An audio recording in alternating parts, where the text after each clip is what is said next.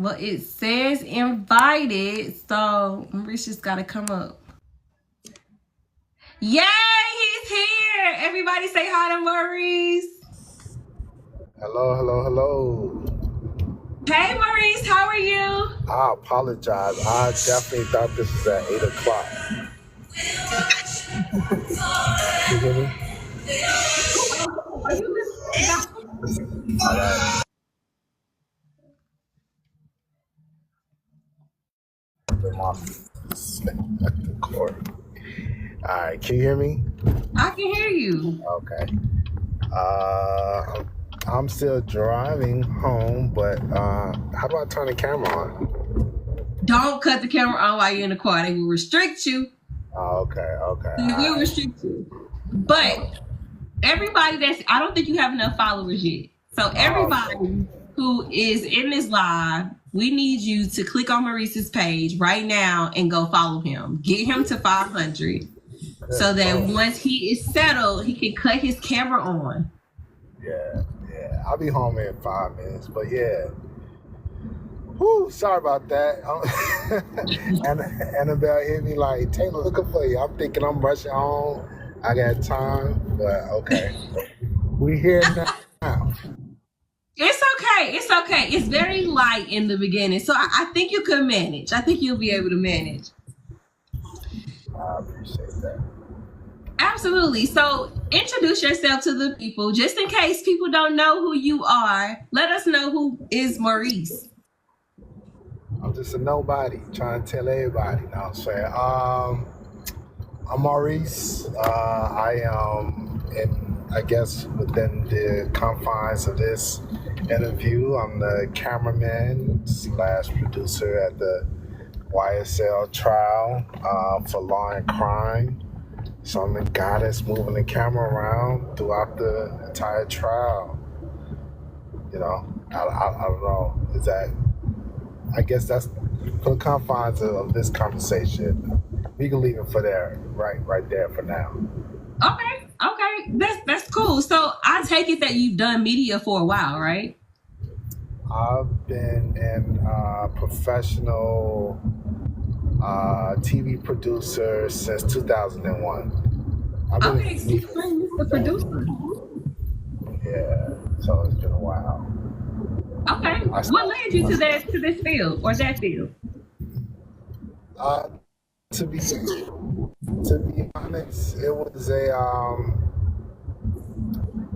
wasn't what I wanted to do. Well, let me not say that. It's not what was on my trajectory for what I thought I would be doing.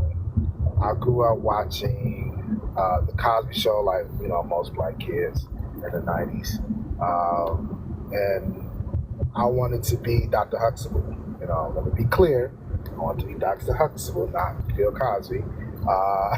So I wanted to be a doctor. Like I went to school. I was in honors science, honors math, through high school and college, and I went to school to be a pre-med. I was in pre-med at Northern Illinois. Technically biological science because they didn't have a pre-med program at the time, and so, but that was my vision for myself. And a family friend was the executive producer of the Essence Awards show in New York, but she lived in Chicago, which is where I'm from. I'm from Chicago, south side of Chicago.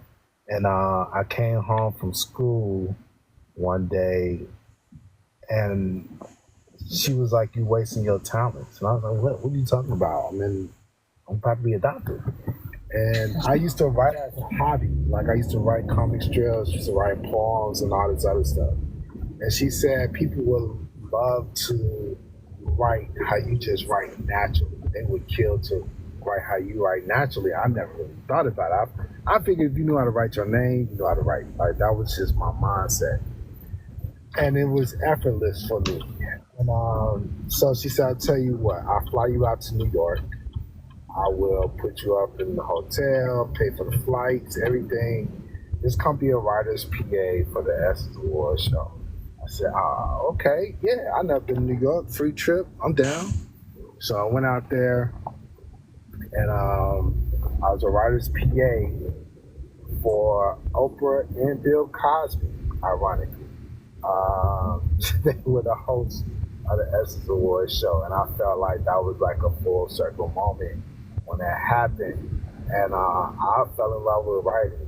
I met Gerald Levert. I told him how nervous I was about going back home and telling my mom and my dad. And he told me, he's like, look, man, you just got to live out your passion no matter what. And he said, so just give it some thought. And then I came back home. I told my parents that I wanted to leave my medical dreams behind and pursue entertainment. And my father was like, man, you live in a pipe dream. And he didn't believe it. But now he's my biggest fan, and the name of my company is Pipe Dreams Preferred. Oh, that's so dope, Maurice. Oh my God, that is so lit. Yeah, so that's how I got into it. Okay, cool. So I know you kind of gave us a little bit of background on some of the things that you've done. Like, are you at liberty to share like some of the projects that you've worked on? Mostly in Chicago. When I came back home to Chicago, I was mostly writing for local comedy stages. So like Lil Rel and I were writing partners. I wrote at Second City. I don't know if you're familiar with Second City. But Second City is like the comedy group that a lot of SNL characters came out of. So I used to write for Second City, which is mostly stage stuff. And that's where I met one of my close friends, Chris Red, who just recently left Saturday Night Live. He was a cast member for 3 seasons at SNL. After that, I got into news in Chicago. And then when I moved to Atlanta, I worked for Will Packer on a show, a Twitter show that he did. And then I was with Bounce TV and Court TV for a few years. So I kind of like bounced around for a little bit. But recently, I've just started writing for the All Black Network. It's 2 shows that's debuting in 2025. One is a show called Grits, and then the other one I'm excited about is called Wild Rose, and that's starring Omarion as an assassin. And so that's currently in production right now. Oh, cool. Oh, okay, that's dope. That's dope. I didn't expect to like hear all this. Where you like, it's a whole real big story behind Maurice the cameraman. Yeah, that's why when people be like, "Oh, he's a cameraman," I say, "Okay, we can go with that. If that's what you want to consider me, sure." But I got into camera work maybe 8 years ago because in Chicago it wasn't a lot of creative opportunities. It was mostly news. So I learned how to shoot myself. Well, I reached out to a family friend who was a videographer for ABC News, and he took me under his wing. But I feel like that was God's design because when I moved to Atlanta, the first real opportunity I had was with Court TV. And that's how I got into doing videography for courts. But I haven't done it. This is the first trial I've done in 4 years. And I came out of retirement specifically for this trial because I wanted to know more about it. Okay. So, Maurice, how should we, what's your title? Because we don't want to call you Maurice the cameraman no more.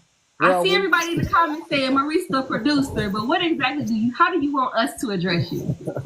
Cameraman is fine. Like I said, within this world, within the YSL world, I am. That's what I am. I'm a cameraman for law and crime. But in general, I'm a producer. My official title outside of law and crime is a producer and a writer. All right, y'all. Y'all heard it from Maurice right now. From here on out, it's Maurice the producer. Okay. So I know we kind of already like started talking about like your work in the courtroom. So can you kind of describe like what your role and responsibilities are when you are working a court case? It varies. Hold on. Dee Dee just said I could turn my camera on now.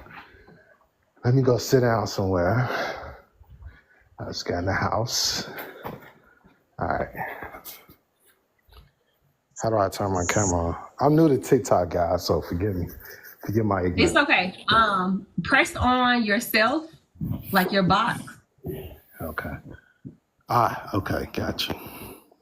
It says can't turn camera on because doesn't have. Okay. So this is what we'll do. I'll bring you down from the live, and then I'll bring you back up.